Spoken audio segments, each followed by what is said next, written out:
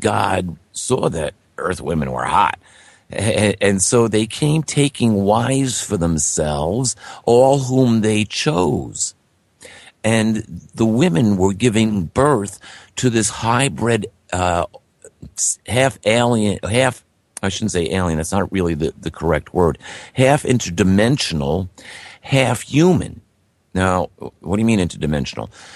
A life form that has the capability of going from one set of dimensions, like our three-dimensional world here, into another set of dimensions at will, instantaneously. Not only can they change dimensions instantaneously at will, but they can also materialize into, obviously, our genetic form. Now, people say, well, how is this possible? Or people say, that's impossible. No, it's not impossible. They are formed out of a different type of energy than we are. Exactly what energy? I believe it's more along a crystalline energy as opposed to a biological energy. Or, well, actually, we're down to the atomic structure. When you want to get technical, everything works on atomic structure. And so what we're made up of is mostly little bits and pieces of carbon atoms and hydrogen atoms, oxygen atoms, and so forth and so on. I guess on the open market with inflation, maybe chemically we're worth about $3, $4, depending on the exchange rate. But you know, we are a total different base, and we're biological. We're carbon-based biological. These are energy-based crystalline, different structure. And they can change, they have the ability to change their energy. In other words, hey, you want to sit there and look like a rock? Be a rock for this afternoon. You want to look like a human? I'll be a human this afternoon. They can change the energy right down to the atomic structure, so they can control their energy down to our atomic structure. And hence, they were able to produce sperm just like human men could, or do. Supposed to, anyway. And so here they procreate with women, and they create this hybrid offspring called the Nephilim. Now, keep in mind, this is going on at the beginning of the last long count Baktun that the Mayans use as their calendar. These are the events of the book of Enoch. And what happens is, evidently, we get some insight into this through Greek mythology. The story of Zeus and Hercules, Hercules' mother was a mortal woman. When you go deeper into that story, he's got over 100 brothers, all fathered by Zeus, all with different mortal women. So, you know, there might be a little bit more to mythology than what we think is myth. There's a reason why, you know, it's interesting. There's that reminds me of the start of Lord of the Rings, when they give the preface and the big battle in the beginning, and then everybody forgets about it, and history became legend, legend became myth. Well, you see, exactly, and how many people around the world say, the Bible's a myth? Wait a minute. No. Religion is a myth. The Bible is a exopolitical record of 6,000 years of alien involvement in human history, or interdimensional involvement in human history. Either way, it's extraterrestrial. They're not from Earth, nor are they from this dimension. Not originally, anyway. Now people are saying, well, what about, you know, the races from different locations, whether it may be the Pleiades or anywhere across the galaxy, the Greys, the Aryans, the Reptilians, all of these three-dimensional alien races, which we actually have nothing to go by but some chiseled carvings in stone and some ancient paintings. And if these things could shape into any form that they want, you know, hey, it doesn't take a big stretch of the imagination that they could show up as giant gods if they wanted, or smaller versions, or whatever. They could show up in spaceships. Like, they don't have the technology. They bioengineered life on Earth, more than likely. So, we can't throw anything out of the box, so to speak. We have to stand on the outside of the box and look in. Some things we can throw out, like, okay, was the earth made in 6 days? Heck no. Where did religion come up with that idea? Throw that one out of the box. Did man evolve? Most likely not. Not if there's a possibility that we were genetically engineered. Because when you look at the fossil record, that's what it would show, is that different species of Homo sapien have been on this planet for a very long time. It was just a matter of choosing a copy which was most environmentally friendly for the time of the creation of the first perfect DNA human couple and seed the planet. Now, you have to look for some intelligent backing for this. What would be the purpose? Well, we have a really, really big universe. As a matter of fact, they now believe that there's well over 1 trillion Earth-like planets. Nice. Room for expansion. You got to start somewhere. And you see, here's the thing. We all think in Earth years. A good percentage of the people in the United States still think that the sun revolves around the Earth. But once upon a time, people believed the Earth was flat. And it's not, obviously. Have you ever noticed that this is kind of like the lesson of history? One guy's right and everybody else and the entire frickin' planet is full of crap? I hate to say that, but yeah. And it's not that I'm so great. It's that I've studied this for so long and I've had good information to look at it. And I can look at it scientifically and logically. And then I use the metaphysical side. And this is what's neat about metaphysics. You see, and boy, before I get into this, let's continue with the alien subject here, or the extraterrestrial subject. So here we have this record of interdimensionals. Remember how we got to this was with Noah's Ark and the metallurgy. When we look at the record that is in the book of Enoch, one of the things that they taught the humans was how to work metal. They gave us the technology of metallurgy, and they also showed us how to make knives, spears, swords, armor. Nice. So we can protect ourselves from the Nephilim. Cool. Yeah, and for the uninitiated, ladies and gentlemen, metallurgy is not an allergy to metals, okay? Yes. I just thought I'd throw that in there. I thought that was cool. Some people may develop them. I don't know. Let's see. But here technically, I'm allergic to mercury. Am I metallurgic? I guess we would all be mercury metallurgic. It's kind of deadly to humans. Yeah. Maybe I could get some kind of a toxic mercury-containing vaccine to prevent me from the mercury, eh? That sounds like something the medical profession would recommend. Well, it's funny. It's soon to be our spring. You folks are going down into the autumn months now. But we're headed into the spring, and so I like to fish, and I didn't get a chance to fish this past season. I decided I'm going to spend some time fishing this year.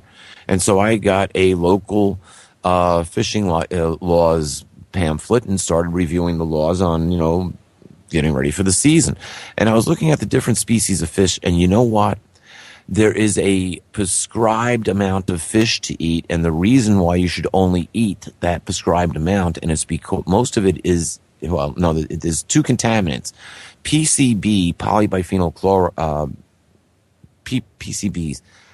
Polybiphenyl, I forget what the last one, the last chemical element is, but it's a plastic that settles right down to the bottom of the water. It's made. It's not BPA, bisophenylalanine, is it? No. It's a. They had a whole problem with this years ago with General Electric dumping all this stuff in that wound up in the Hudson River, and they use it in insulation they used to use it in insulation for transformers.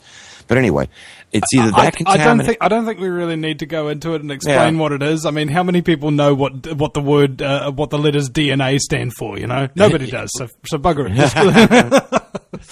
it. But the other contaminant is mercury. Mercury. You should only eat so many pork. And if you're a pregnant woman, you shouldn't eat the fish at all. Isn't that sad? What a state of affairs this planet has gotten into, where you can't even go down to the local pond and catch a fish and eat it. Or if you do, you can only eat one a month, because if you eat any more than that, it might kill you. I saw a hilarious picture on Facebook the other day. It's a dude with a top hat with his hands out, that kind of, sort of position. And he says, look, I'm not saying that we kill all the stupid people. Let's just remove the warning labels off of everything and let the problem sort itself out. Oh, you were saying it, I was thinking it. That's fantastic. Myself and my kids have this conversation over and over again about stupid people. Yeah, I said and I identified that years ago. I said the problem is that they started putting warning labels on everything.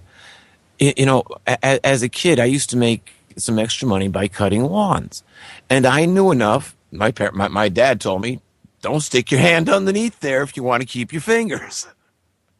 Now, if you're a kid, that would probably be a good thing to know. And if you're an adult, you would pretty much take for granted that you should already have enough intelligence to realize that if you stick your fingers underneath a machine that's got a rotating blade that's traveling at probably well over 200 miles an hour, you're going to lose a few fingers. But no. I've got some bad news for you. My wife's friend married a lawyer. And he was mowing his lawn, and he had to get his lawnmower up a rise, like a step kind of thing. So while the lawnmower was still running, he tried to pick it up from underneath. Yeah, and he's an attorney, so there you go. Yeah. It's just, all you have to do is take the warning labels off. But here's the other side of the coin, and this one's real. Is that all you have to do is shut off the electric, like with an EMP, an electromagnetic pulse, which could be caused by a nuclear device, or by a solar blast, or by possibly a Nibiru type event where we might have a brown dwarf star passing between us and the sun. Brown dwarf star is basically an iron star. You want to talk about something that's going to be electrically charged? Look out and hold on. Now, we had a scandal going on here in the United States, and most people weren't even aware of it. If you were awake on the internet or a friend on my Facebook page, you probably were well aware of it. And that is that back in the summer, there was an earthquake off the coast of South Carolina. And come to find out, it wasn't just a tectonic movement. It was a nuclear movement. They record differently. And then we find out all the backstory to what went on. And their plan was that there's still 2 missing nukes. Their plan was to detonate these nukes above the United States, causing an EMP. And it's believed that 90% of Americans would be dead inside of 2 years if they shut the electric off. 90%. And those aren't my numbers. Those are the government's numbers on what they would expect to have happen should we have an EMP. If the grid is not turned back on in 2 years, 90% population reduction. So yeah, that sounds about right. We had a power cut here last year, and it lasted for 9 hours.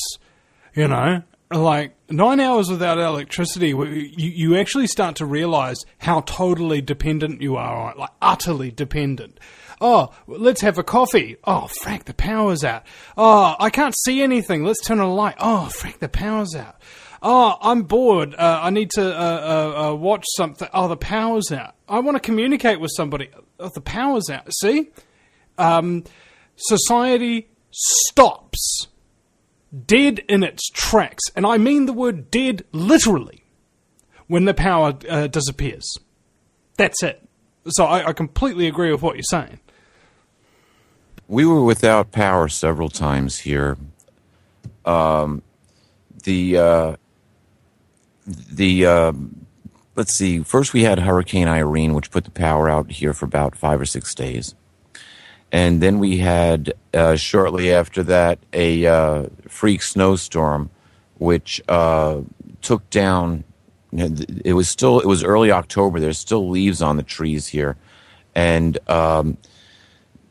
it took down tons of trees around here. Power lines. We were without electricity for 8 days, and then we got hit with Hurricane Sandy a year ago, last November. And I've lived in the Northeast of America for most of my life. And I have never in my life ever seen a hurricane that's come up the east coast of the United States in the autumn of the year and make a left-hand turn and go right through a cold front.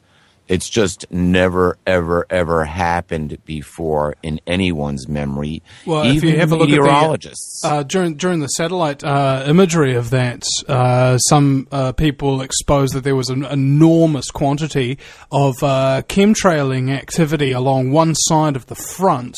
And what they were doing is they were heating up the atmosphere, and that was pushing it up the coast. They actually literally weather controlled and forced it up the coast. Oh, sure they did. As a matter of fact, they did that too with Hurricane Irene. Now, I just wanted to mention these little... So, these three events happened in 2 years. Now, the first one for 4 days, that was Hurricane Irene. You know, it's interesting. And that was a HAARP event. For anybody who doesn't know what HAARP is, go look it up on Google. HAARP. Look it up. Anyway, HAARP is used to control the weather, among other things, and it controls Hurricane Irene, brought it right over us. It dumped tons of rain. There were streams that couldn't turn around and put out a match, became torrent river valleys, and just tore up roads and stranded people for weeks. I'm glad I wasn't involved in that. But, you know, after the storm, I remember sitting outside. It was a beautiful morning. I mean, the temperature was like perfect. The birds were chirping. The sun was shining. It was like just the most beautiful day that you could. It was one of those days that you wish that every day of the year was like. And I was sitting there and I was mad at the world, angry. And I'm like, why am I so angry? And the electric was out, but that didn't bother me because I've been without electricity. My parents lived up in Maine for 5 years with no electricity. When I was a kid, my dad we used to go up to Maine once a month and live with no electricity. I mean, once a year we would go up for the month of November. My dad liked to hunt, and so we went up there, stayed with an old timer who lived in a 150-year-old house, and he had no electricity. So you learn to deal with the outhouse, and you learn to deal with heating up the water, and you learn to deal with taking a bath in a bucket. And that's just the way it is. You know, when you don't have electricity, you learn to cope without. You learn how to cook your food on a wood stove. And when the electricity went out here, though, I saw where the chinks of the armor were on the 4-day trip around. But, you know, here's the interesting thing. When I realized something, being all upset and all bent out of shape there, being all angry at the world, something dawned on me. I was like, why am I so angry? And then I thought, HAARP. HAARP. I've been hit with HAARP for the last 12 hours. No wonder I'm so pissed off at the world. And, you know, as soon as I realized that, I felt much better. Interesting. So, you know, when you're aware... It's like mind control. You know that you're under mind control if you never question that you're under mind control. But as soon... and I think that's kind of like the same phenomenon. I'm so angry. Why am I... I'm being mind controlled. And all of a sudden the mind control disappears, isn't it? Well, yeah, you see, you have to become aware of it. Yeah. And once you're aware of it, it goes away. And see, that's one of the things that's very important, that your listeners should continue to listen to shows like this. And if you know nothing about Letters to Earth, You Can Survive Armageddon, go buy it. Because in it, I explain where we came from, why we are here, why things are so screwed up, and what our future is. And trust me, you're not going to want to miss the future. It's going to be fun. It really is. I already really find is. what's going on now to be quite fun. I guess it's because maybe I was raised on violent video games and what have you, and I love the idea of being the good guy going into battle against hordes of crazed zombies and stuff like that. So, I fit right into this current reality. You ever see the movie Mars Attacks? Yeah. How did they defeat the Martians? With country music. With words. With words. Yeah, I know how to make their heads explode. Yeah. And it ain't by yodeling.